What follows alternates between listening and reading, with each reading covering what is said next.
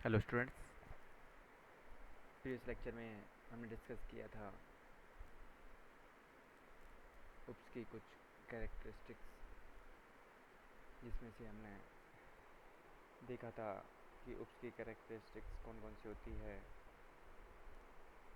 उनमें से हमने दो उसकी कैरेक्टरिस्टिक्स ऑब्जेक्ट एंड क्लास के बारे में डिस्कस किया था। आज इस लेक्चर में जो रिमेनिंग कैरेक्टरिस्टिक्स हैं उप्स की वो डिस्कस करेंगे। जैसा कि प्रीवियस लेक्चर में बताया था कि C++ एक ऑब्जेक्ट ओरिएंटेड प्रोग्रामिंग है। क्यों है? क्योंकि यह प्रोसीजर पर फोकस ना करके किस पे फोकस करती है? डेटा पर। और डेटा पर जो भी काम होगा वो किसकी फॉर्म में होगा? ऑब्जेक्ट की फॉर्म में होगा। तो इस वजह से C++ को ऑब्जेक्ट ओरिएंटेड प्रोग्रामिंग कहा जाता है। तो अब देखते हैं जो भी रिमेनिंग कैरेक्टरिस्टिक्स हैं ओप्स की। इसमें है inheritance, data abstraction, data encapsulation and polymorphism. ये इसकी क्या है? कैरेक्टरिस्टिक्स या इस ऑब्जेक्ट ओरिएंटेड प्रोग्रामिंग के फीचर्स हैं। ये सारे इम्पोर्टेंट फीचर हैं किसी भी ऑब्जेक्ट ओरिएंटेड प्रोग्रामिंग के। इनके थ्रू ही हम लोग प्रोग्रामिंग को बेटर तरह से कर सकते हैं। तो सबसे पहले हम डिस्कस करते हैं कि इनहेरिटेंस क्या होता है। तो इनहेरिटेंस C++ में कोड की रीयूजेबिलिटी के कॉन्सेप्ट को इम्प्लीमेंट करने के लिए यूज़ किया जाता है। रीयूजेबिलिटी से मतलब ये है कि मान लो मैंने कोई कोड मैं कोई एक प्रोजेक्ट बना रहा हूँ, उस प्रोजेक्ट में कोई भी चीज़ मेरे बार बार यूज़ होने वाली है। तो इससे पहले मैं क्या करता था और प्रोग्रामिंग लैंग्वेजेस में उस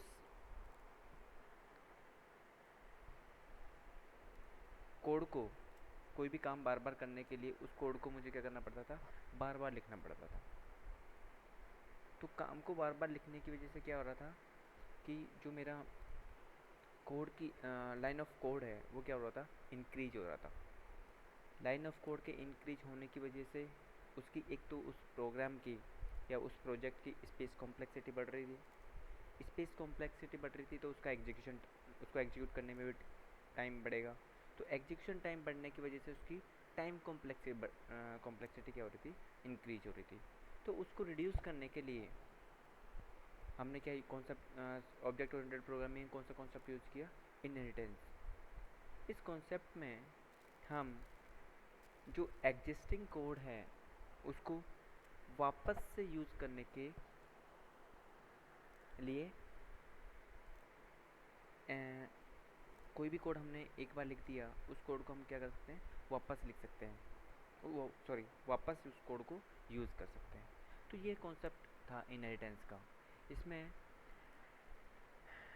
एक एक क्लास होती है, कोई भी क्लास है, उस क्लास की जो भी प्रॉपर्टीज़ हैं, उस क्लास की जो भी प्रॉपर्टीज़ है या जो भी कैरेक्टरिस्टिक्स हैं वो डिराइव्ड क्लास में हम क्या कर सकते हैं? इनहेरिट कर सकते हैं।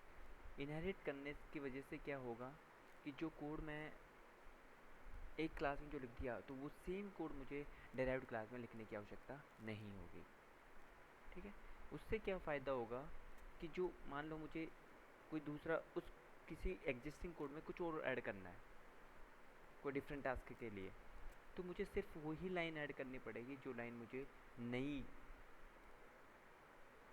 चाहिए।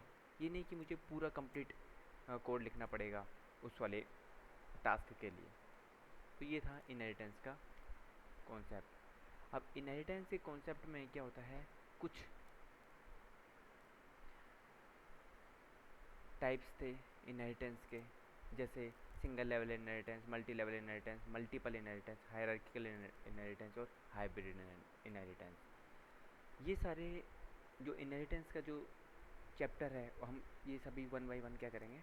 डिस्कस करेंगे। ये पूरा चैप्टर है इनहेरिटेंस का, तो उस वाले चैप्टर में हम लोग क्या करेंगे? डिस्कस करेंगे।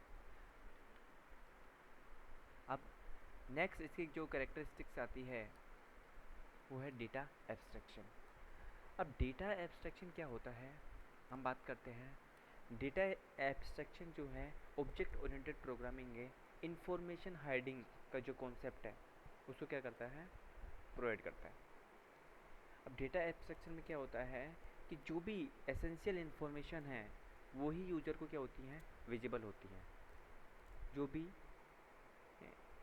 एसेंशियल इन्फॉर्मेशन है यूजर को जिन चीज़ों की रिक्वायरमेंट है ओनली वही क्या होंगी, विजिबल होंगी या वही उनको शो की जाएंगी। बाकी उनकी जो बैकग्राउंड में जो डिटेल्स हैं, जो बैकग्राउंड जो डिटेल हैं वो क्या होंगी, सारी हाइड रहेंगी। तो इसी डेटा एब्स्ट्रैक्शन से क्या फ़ायदा हो रहा है, एक तो सिक्योरिटी, उस वाले प्रोग्राम के लिए क्या होती है, सिक्योरिटी क्या हो रही है मेरी, इंक्रीज़ हो रही है। क्लियर।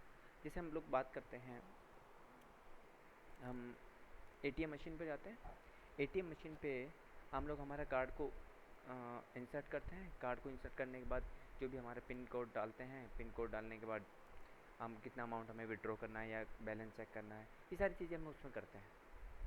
ठीक है, जो चीज़ हमें एसेंशियल है सिर्फ वही दिखता रहेगा। बैकग्राउंड में क्या प्रोसेस हो रहा है, कैसे पैसा वापस आ रहा है, कैसे डेटा इससे वो फैच कर रहा है इन्फॉर्मेशन, ये सारी चीज़ें क्या रहती हैं, यूज़र के लिए क्या होती हैं, हाइड होती हैं। ये सारी चीज़ें क्या होती हैं, हाइड होती हैं। तो यही चीज़ क्या प्रोवाइड करती है, डेटा एब्स्ट्रैक्शन का कॉन्सेप्ट प्रोवाइड करती है, जो क्या है, सिक्योरिटी पर्पज़ के लिए क्या है, इम्पोर्टेंट है।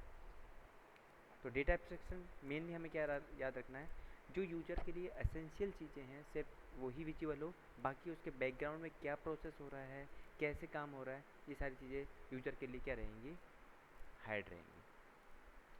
तो डेटा एब्स्ट्रैक्शन की एडवांटेजेस क्या है, एक तो सॉफ्टवेयर को development, simplification of software development है। टेस्टिंग और डिबगिंग क्या हो जाती है, ईजी हो जाती है।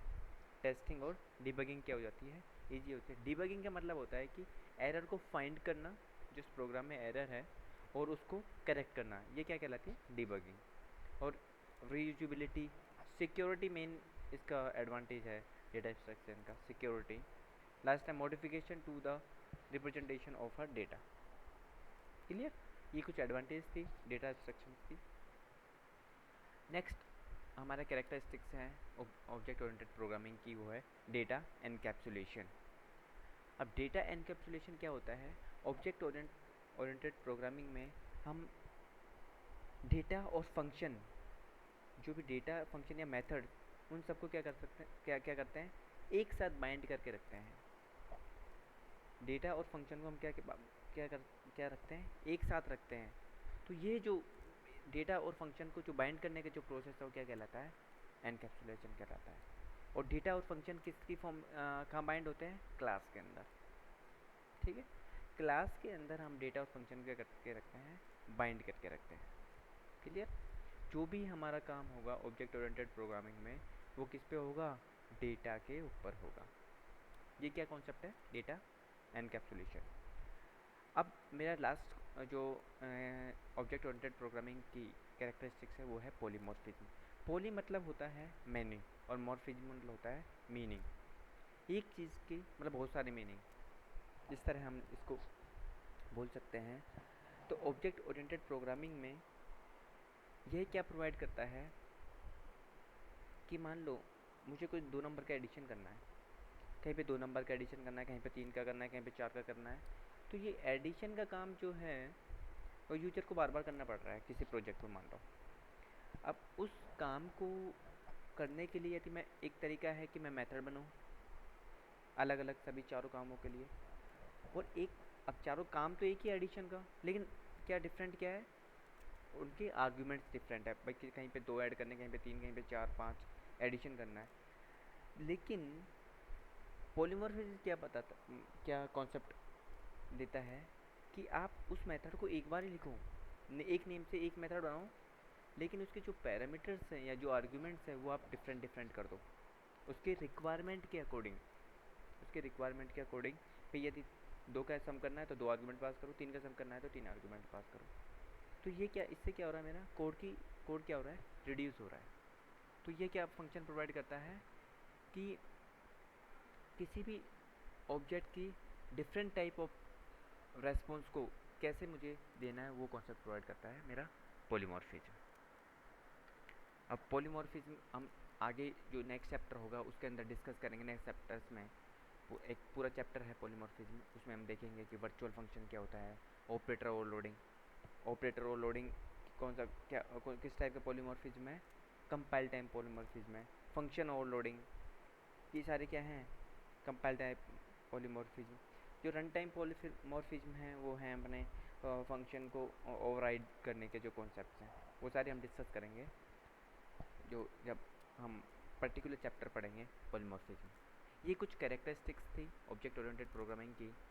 कौन कौन सी हो गई, object, class, inheritance, data abstraction, data encapsulation, and last one is polymorphism. ठीक है, थैंक यू।